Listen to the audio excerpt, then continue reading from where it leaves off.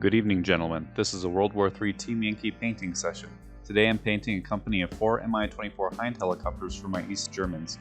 I start by separating all the parts from the sprues and laying them out in order of assembly. For the assembly, I closely follow a tutorial on Battlefront's YouTube channel, with a few exceptions. A lot of this kit is self-explanatory, especially gluing the fuselage together.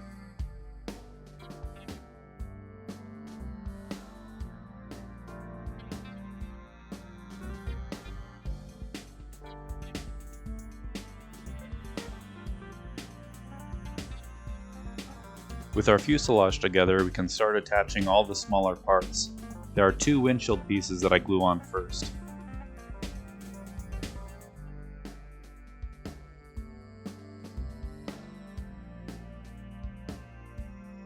The top windshield fits in quite nicely, but the bottom corner window takes a bit of maneuvering to get into place.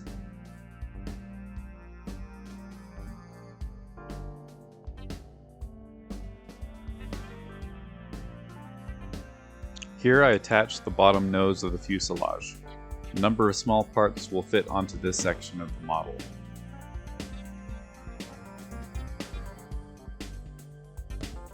A little glue goes a long way. It doesn't take a lot to get these to stick.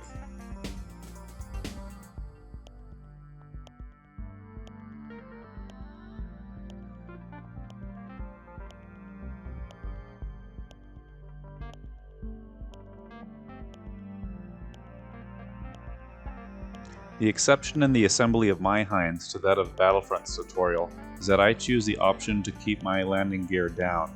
I intend to have these helicopters landing during games and offloading infantry onto the battlefield.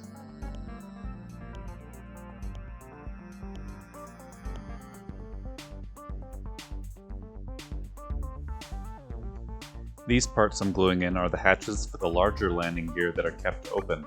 They don't seem to fit as snugly into place as other parts in the kit.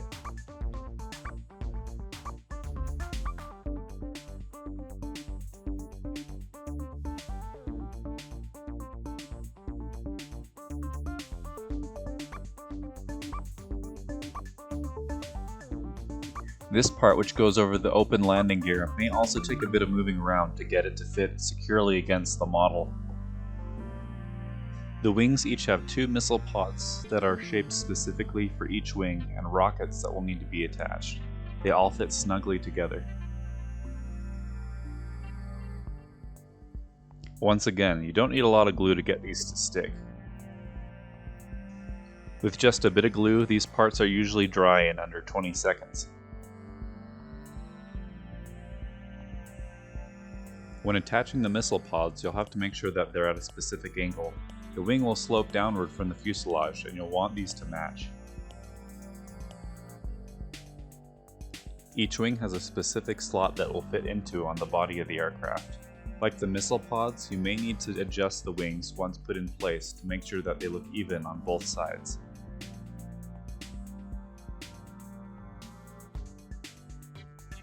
These tail wings will be quite easy to put into place. You have to be gentle with them, however.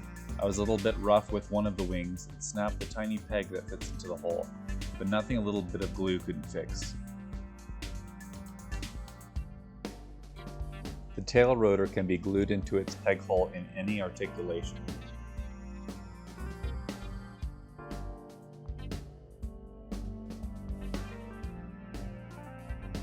The main rotor has 2 parts that will need to be glued on. Neither are specific, and there are 2 bumps on each part that will help you fit them into place.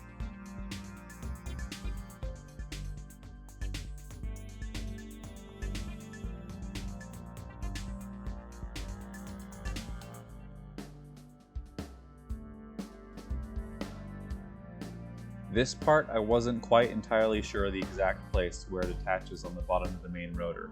I just kinda had to eyeball it. This peg slides in nicely, just a bit of glue is needed. The assembly portion of the Hind is complete. It really is a beautiful helicopter model.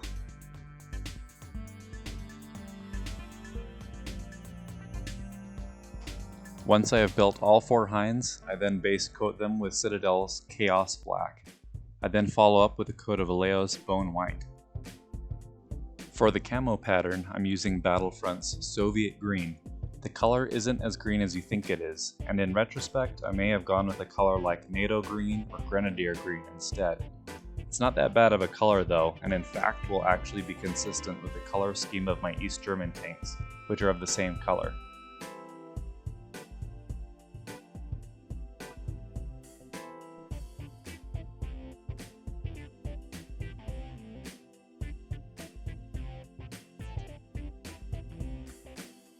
For this project, I had to use 3 coats of Soviet Green to get a consistent color across all the models.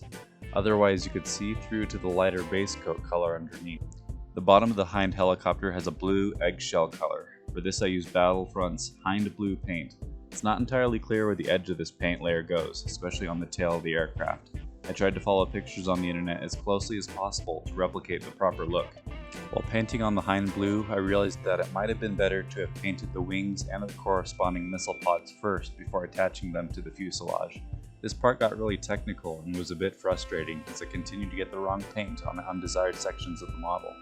As I start to paint the vents and missile pods with Battlefront's rocket steel, I feel like the helicopter really starts to come alive. It's usually when a particular layer of paint or shader is applied that I see why all the previous steps were worth it. This really is a beautiful and fun model to paint. The tight spaces left for me to paint on the wings once again make it hard to maneuver without making mistakes. Nothing that some touch-up painting later on won't fix though. On both the rear and main rotors are portions of exposed metal parts. These also get painted with rocket steel. The main rotor has a large surface area with many crevices, so I apply paint very liberally with a loaded up paintbrush to make sure that I don't miss a spot. With that out of the way, I get to work on touching up the earlier paint job on the wings. For this, I'm using a smaller and finer paintbrush to minimize mistakes. Using Citadel's Abandoned Black, I fill in the exhaust vents and cover the rear tail rotor. This was another part that I should have first painted separately before attaching to the model. It would have made it just a bit easier to paint. The missile pods get painted Battlefront's Cobra Drab. One of my favorite parts of painting this Hind helicopter was painting its windows. For this I used Vallejo's Medium Blue.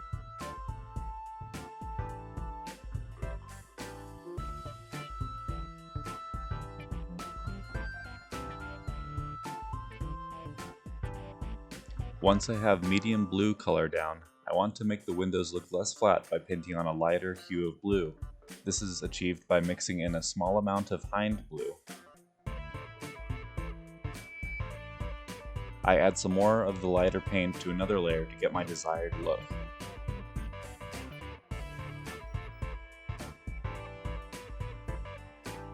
I'm careful to leave the darker shade uncovered near the edges of the window.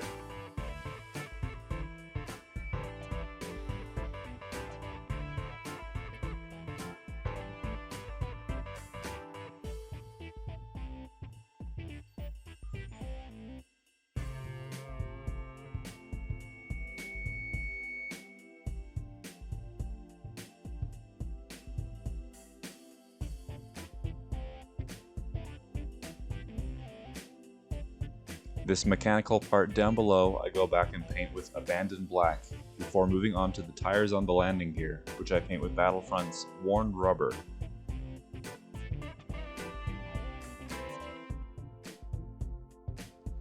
Now, with a loaded up brush of Citadel's shade Nuln Oil, I douse all parts that I have painted with rocket steel, such as the exhaust vents, missile pods, rotors, and gun barrels, to give them more depth and to make sure that they aren't too unrealistically shiny for a military aircraft.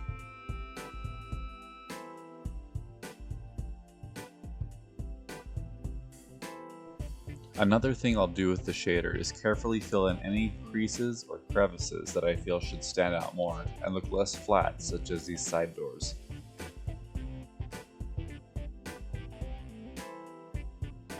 The tips of the main rotor I dip into a container of Citadel's Flash Gets Yellow. This method I feel gives a more consistent and cleaner look to each blade tip and goes much faster as opposed to using a brush. Another reason why I wish that I should have painted the rear rotor separately before gluing onto the model, as it was impossible to dip its tips into my container of Citadel's white scar paint. With my fine-tipped brush, I carefully apply a thin line of Vallejo's flat red paint to detail the blade tips. And with a quick dab, I get the red light on the back of the tail. With the majority of the painting finished, I can now apply the East German decals by Battlefront. You'll need to purchase these separately, as the Russian version of the decals are the ones that come with the base kit. I use an X-Acto knife to cut out an individual decal and let it soak on a plate of warm water to get it to separate from the paper. I then apply it to the model using a simple painting brush. Adding water to the area where you're applying the decal allows you to move it more freely into its desired spot. Then dabbing the decal with a paper towel absorbs the water and prevents it from sliding away. I also use a decal setting solvent to make sure it's securely hugging the model. Once these have fully dried, I'll spray the decals with the matte finish to make sure that they'll never come apart from the model in the future. I saved this coat of Citadel's Art Coat on the Hind's windows for last, to not have accidentally hit them with the matte finish spray. This application makes the windows look shiny and reflective, and that they aren't just another layer of paint. The more you apply, the less likely you'll be left with undesired brush lines, so apply liberally. Now all that is left is constructing the aircraft stand and getting it to attach to the helicopter using magnets. The magnets are very smooth and don't stick well with glue to plastic. This can cause them to come apart later on, and you'll constantly be gluing them back together. To mitigate this, I score the magnet on all the surfaces that it will attach to with an X-Acto knife. This will increase the surface area and hopefully give the glue more purchase to latch on and hold once it's dry.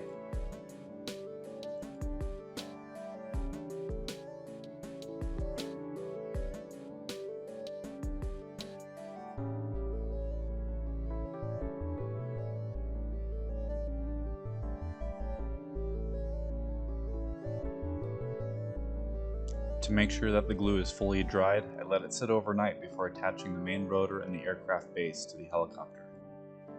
In the morning, I have finished the assembly of my 4 beautifully constructed MI-24 Hind Helicopters.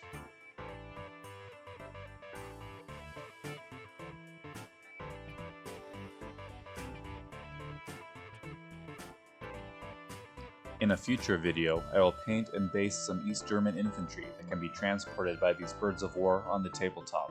Thanks for watching.